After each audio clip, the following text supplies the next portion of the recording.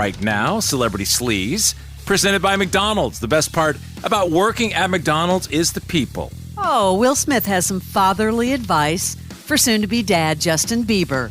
Yeah, Justin and Haley are going to have a baby. Will, he's had 3 kids, so he knows a thing or two about being a dad. Let's not forget he also rapped Parents Just Don't Understand, so a little bonus for that. Anyway, he had a few words of advice for Justin Bieber. The best advice I ever got is that they're not your kids. Them kids belong to God, and you're a shepherd, and you're just trying to help them become what they already are, not trying to force what you want them to be on them.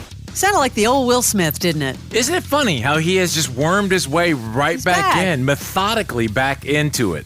Guess who's got a new girlfriend already? Didn't take a lot of time. Who? Dean McDermott.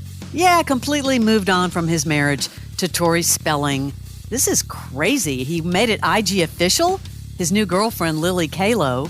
The couple celebrated a date night at the Magic Castle with McDermott posting selfies of the two of them. Quote, this was actually kind of cheesy. Sometimes you just got to put on your best duds and take your girl to the Magic Castle because she's magic, my lovely. Ugh, that's kind of cheesy. What's cheesy is on the same day he filed for spousal support from Tori Spelling.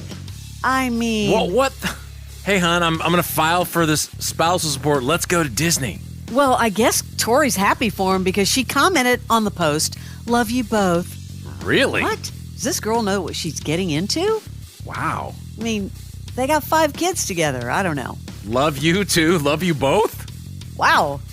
Megan Fox. Wow. She purged her Instagram completely on her 38th birthday. Kind of a fresh start. You know how she did it? She wiped her Instagram account. Everything. Was it a blackout? She still has 21.9 million followers. It takes forever, though, to go and take all those posts and delete them. How do you do that? One at a time. She's got people. I doubt it's her. I love this from Nicola Coughlan from Bridgerton. She asked for nude scenes to flip off all the body shamers. That's right. She's sick of it. Season 3, she said, started filming, so she decided to take matters into her own hands, kind of working closely with the on-set intimacy coordinators. You and I have talked about that. But she said she just wanted to put it all on display. Quote, there's one scene where I'm very naked on camera, and that was my idea, my choice. It just felt like the biggest FU to all the conversations surrounding my body. It was amazingly empowering. I felt beautiful in the moment. Good for her. Who was body? I don't know who those people are. I don't watch that show. What's the deal with her? Well, I guess she said she's always being body shamed. And she said, when I'm 80, I just want to look back on this and remember how I looked blank and hot. Good for her. I'd like for you to give us a review of her sex scene, if you would. I don't watch the show. I thought you did. Bridgerton? Oh, you don't watch? Oh, I'm sorry. No. I'm confusing that with those other British the other British shows that I watch. What's it called? Downton Abbey? Oh, The Crown. The Crown. Come on. All right. I love The Crown. Kelly Clarkson took some time on our show to recall a story about seeing Amy Winehouse before she was famous. Quote, it's funny, I actually saw her before she was who she was.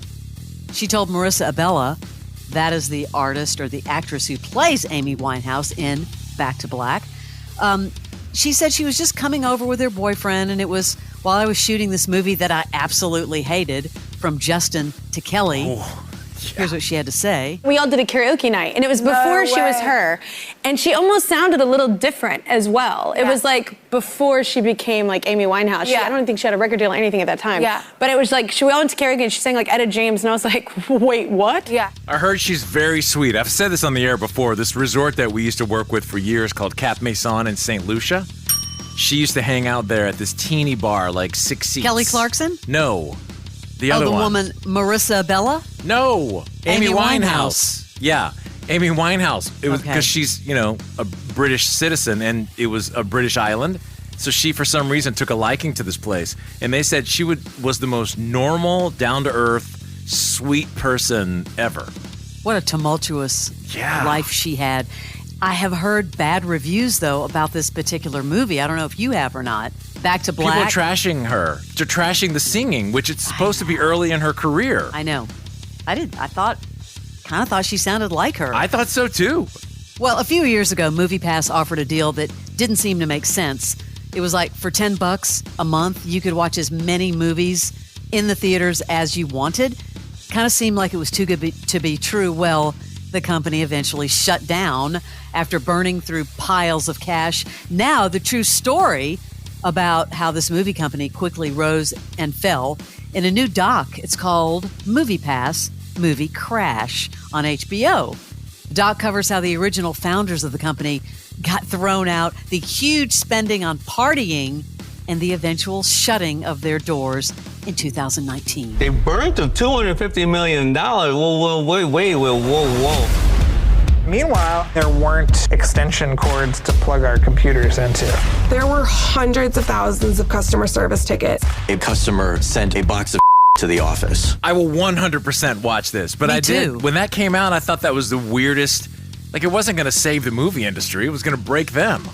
Why is it every time you see these docs, it's about people spending large amounts of money, $250 million. Yeah. It's unbelievable. Ooh, Good Morning America. Guess who's taking all the credit for getting the Spice Girls back together? David Beckham. Yeah, he was on Good Morning America. This is so funny. All of a sudden, all the girls got up, and I was like, I'm the biggest Spice Girls fan, obviously. So all of a sudden, all the Spice Girls are up, and I'm like, oh my God. So I was like, okay, to everybody around the world, you're welcome. Yeah. An accident. Or I'm sorry, depending on who you ask. Do you ever see these posts that Victoria Beckham showing hubby David Beckham doing things around the house? Like she had him going up a ladder so she could show everybody his butt. No. Do you ever see? It's hysterical. Actually, I don't mind it at all, though. Anyway. Of course, everyone over the weekend saw this horrible tape of Sean Diddy Combs assaulting his then girlfriend, Cassie Ventura. And now, 48 hours after that, guess who's apologizing? Sean Diddy Combs. I mean, I hit rock bottom, but I make no excuses. My behavior on that video is inexcusable. I take full responsibility for my actions in that video. How? How do you take full responsibility? I am disgusted. I was disgusted then when I did it. I'm disgusted now. Do we believe him? No. Something's up. What's he going to do? He denied it in the first place. That is your Celebrity Sleaze.